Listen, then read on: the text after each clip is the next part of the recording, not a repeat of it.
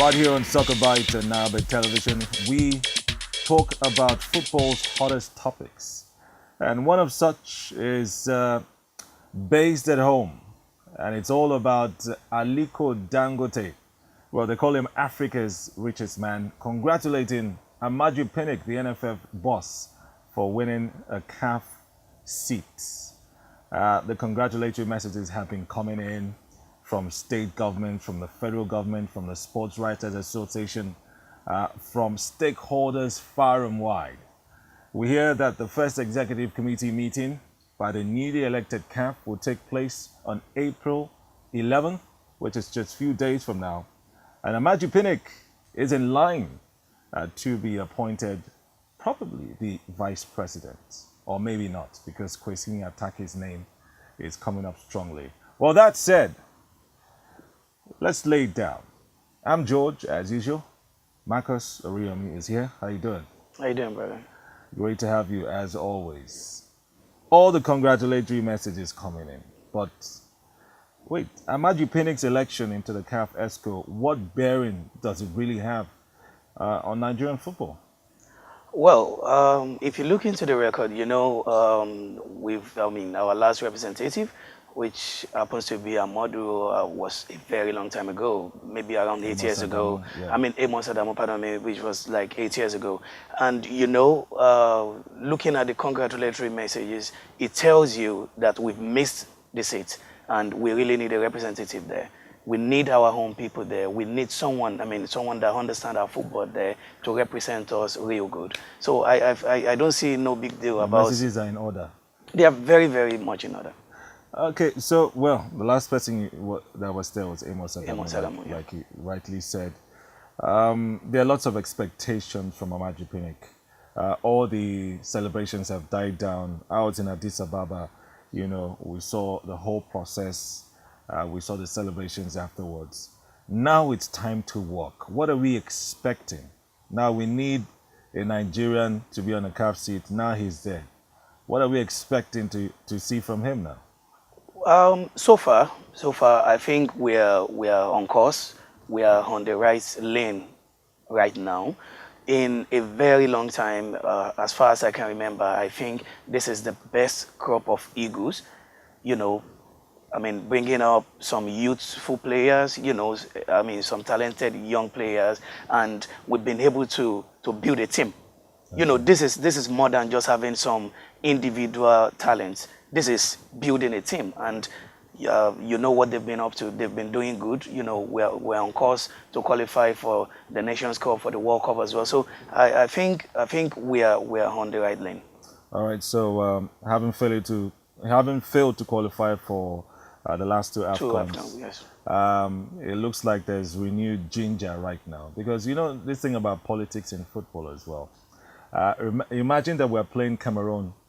A doubleheader against Cameroon, and if Issa Hayatu was still, probably the CAF president, people and pundits would say there's no way Nigeria is going to qualify ahead of Cameroon.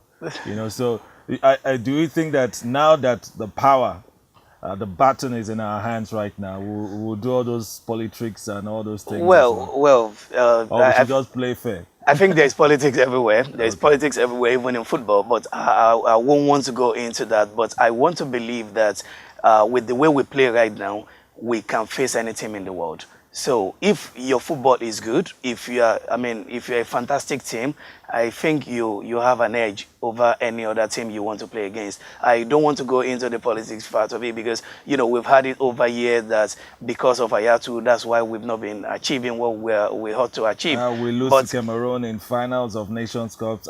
And you won't forget the fact that we didn't prepare. We didn't prepare to go to South Africa with Keshi, God rest his soul, and we were able to come back with a trophy. So I don't want to go into the politics, as I've said, but I believe we are on course to get back to where we used to be.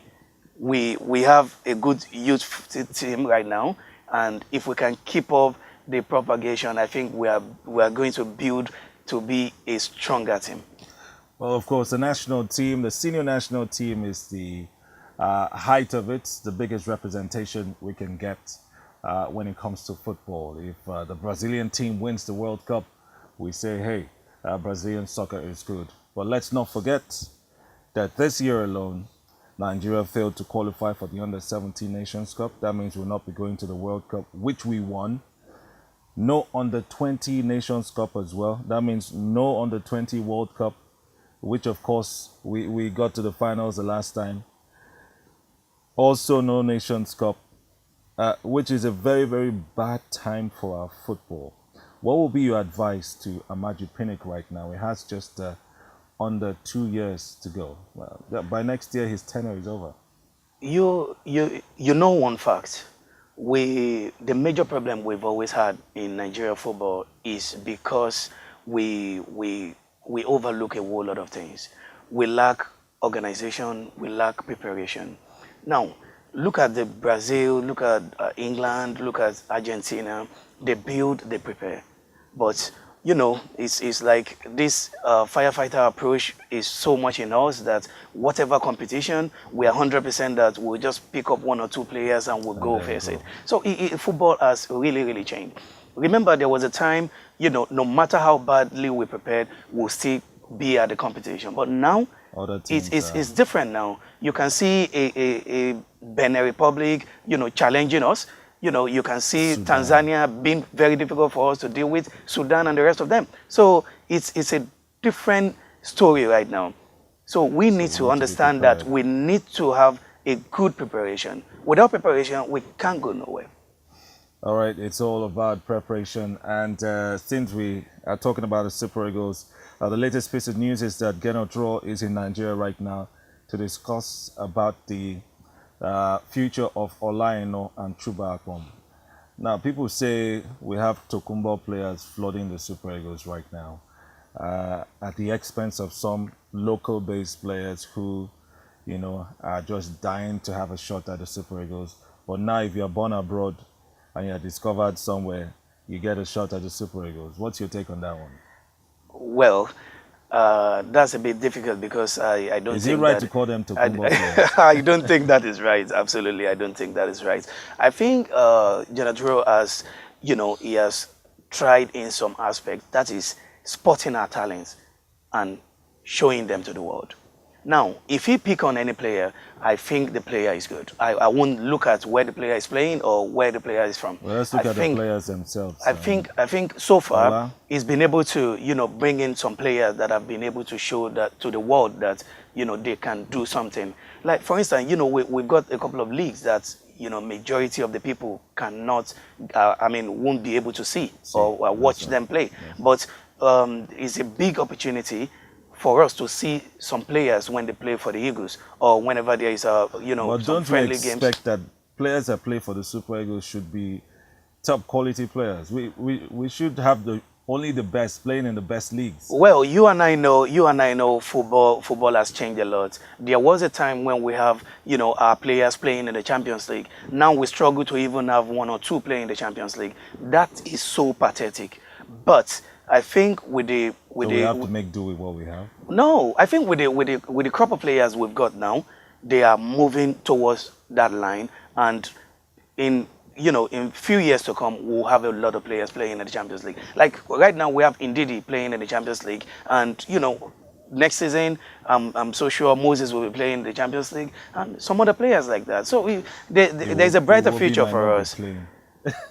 Iwobi might not be playing, absolutely. Iwobi might not. Because Arsenal seem on the verge of not qualifying for the top 4.